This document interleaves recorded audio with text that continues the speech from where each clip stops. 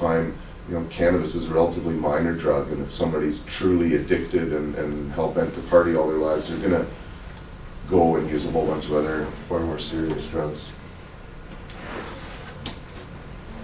I think I did a discussion earlier about the endocannabinoid system and the receptors in the brain, so I don't intend upon going back to that. But when we're talking about these kinds of addictions, and I'm going to get to schizophrenia here shortly, we have to recognize that the brain, while it's a very powerful and one of the most incredible things really on the planet, it is still very delicate, and injuries or not, properly or fully formed brains. And especially this is why using cannabis for young people is so dangerous, because while all these receptors in your brain is still forming, and in some ways your personality as well, the use of cannabis may inhibit your natural growth and development in all sorts of ways that we really don't understand at all, which is why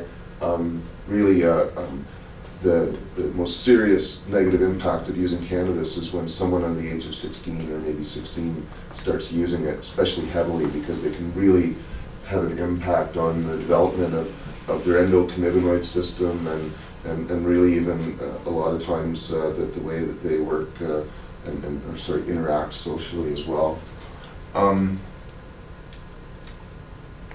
Now, the government has put out a number of different, posters around marijuana and cocaine. They really overestimate the negative effects, and so it's really hard, honestly, to find balanced literature on this subject. It's been cannabis and the mental health impacts have been studied extensively for a long time. Because they want to accuse everybody who smokes of it. I have this old Institute of Medicine book from the United States that was put out, I think it was 78 or something, 82.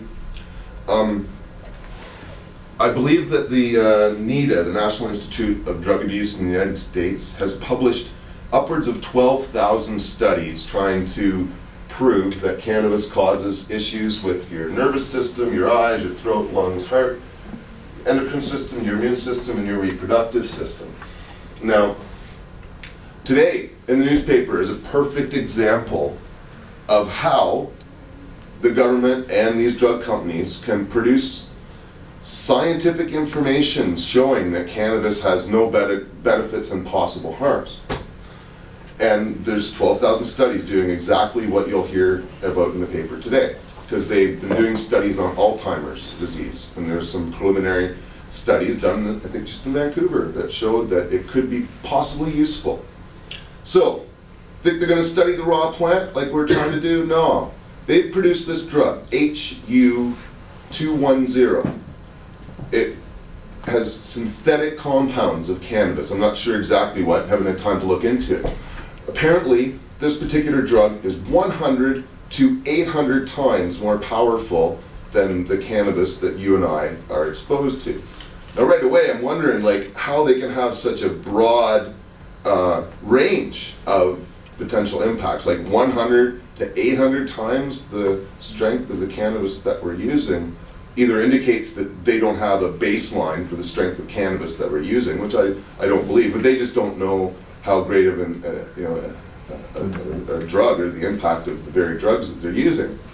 And so they stick this drug into some mice and study how it affects their bodies and brains and their ability to remember things. Well, using synthetic drugs for testing when we're really trying to study plants, to me, is sort of comparing apples to potatoes. They're really quite different. You can eat them both, but in many ways they're so different that to say that these effects mean that the other will occur or aren't real, is especially for a drug that is so much more powerful than the natural one.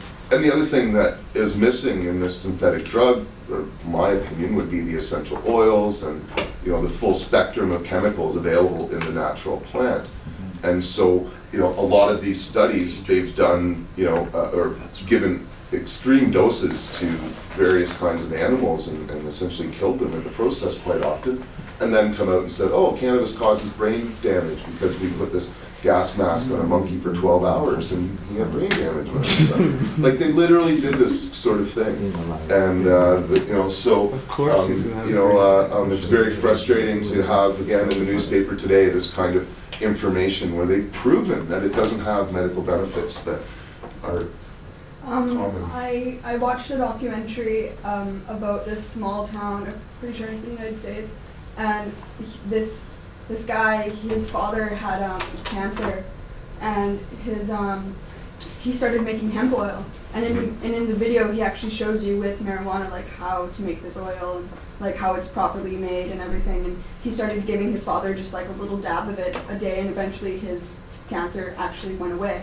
And he started giving it to people inside of the city, inside of the town. And if you put it on like a mole in someone's hand, the mole would eventually fall off. And then he set up a shop because he was like, this is helping people, and he's like, you can inject it, you can put it on your skin, you can smoke it, whatever, and eventually you'll be it's harmless and everything. And then the government started shutting down his business and saying it's impossible to cure cancer with marijuana and even hemp oil, it doesn't work. But what I'm thinking is if it's in stores now and there's hemp seeds and everything, okay, well, you're talking about Rick Simpson, I'm quite sure, out of Nova Scotia, and he was using cannabis oil, calling it hemp oil, which is a bit disingenuous because it wasn't using the hemp seed, he was using the whole marijuana plant. Yeah. And he's unfortunately been chased out of the country. The RCMP have raided him so much.